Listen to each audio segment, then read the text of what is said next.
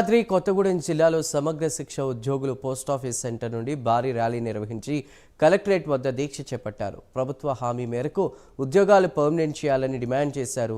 ఈ సందర్భంగా సమగ్ర శిక్ష ఉద్యోగుల సంఘం అధ్యక్షుడు యాదగిరి మాట్లాడుతూ గత ప్రభుత్వం ఉద్యోగులకు అన్యాయం చేసిందని, ప్రస్తుత ప్రభుత్వం హామీ మేరకు తక్షణమే పర్మనెంట్ చేయాలని, లేని పక్షంలో ఉద్యమిస్తామని హెచ్చరించారు.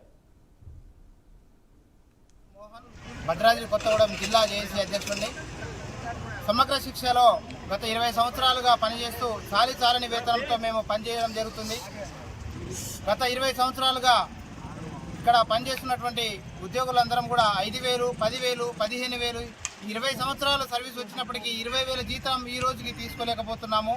గౌరవ ముఖ్యమంత్రి గారు ఏదైతే అధికారంలోకి రాకముందు మాకు వరంగల్ సభకు వచ్చి స్వయంగా హామీ ఇచ్చి ఉన్నారో, మేము వచ్చి అధికారంలోకి వచ్చిన వెంటనే 100 రోజుల్లోనే మీ యొక్క సమస్యల్ని పరిష్కరిస్తామని, టీ తాగే సేపట్లోనే మిమ్మల్ని అందరినీ సెక్రటరీకి పిలిచి మరి మీ సమస్యని పరిష్కరిస్తామని హామీ ఇచ్చి ఉన్నారు. ఈ సభా సందర్భంగా మేము గౌరవ ముఖ్యమంత్రి గారిని ఏం కోరుతున్నామంటే, మా సమస్యల్ని పరిష్కరించి తక్షణమే మమ్మల్ని రెగ్యులర్ చేయాలని చెప్పి, రెగ్యులర్ అయ్యే వరకు తక్షణమే ఎంటీఎస్ ఇంప్లిమెంట్ చేయాలని చెప్పేసి కోరుతున్నాము. మేము కస్తూర్బా గాంధీ బాలికల విద్యాలయంలో పనిచేస్తున్నాం. సమగ్ర శిక్ష కింద ఏదైతే డిపార్ట్మెంట్స్ ఉన్నాయో వాటిని వెంటనే రెగ్యులరైజ్ చేయాలని మేమంతా కోరుకుంటున్నాం.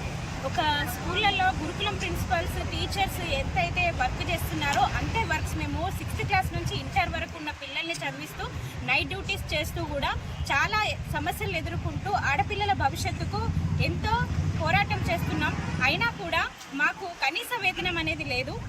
దయచేసి సీఎం గారు మా సమస్యని అర్థం చేసుకొని మమ్మల్ని వెంటనే రెగ్యులరైజ్ చేయండి. గురుకులం ప్రిన్సిపల్ ఏ విధంగా వర్క్ చేస్తున్నారో, టీచర్స్ ఏ విధంగా వర్క్ చేస్తున్నారో అంతకంటే మేము ఎక్కువగా చేస్తున్నాం. మా సమస్యల్ని గుర్తించి వెంటనే మమ్మల్ని రెగ్యులరైజ్ చేయాలని కోరుకుంటున్నాం.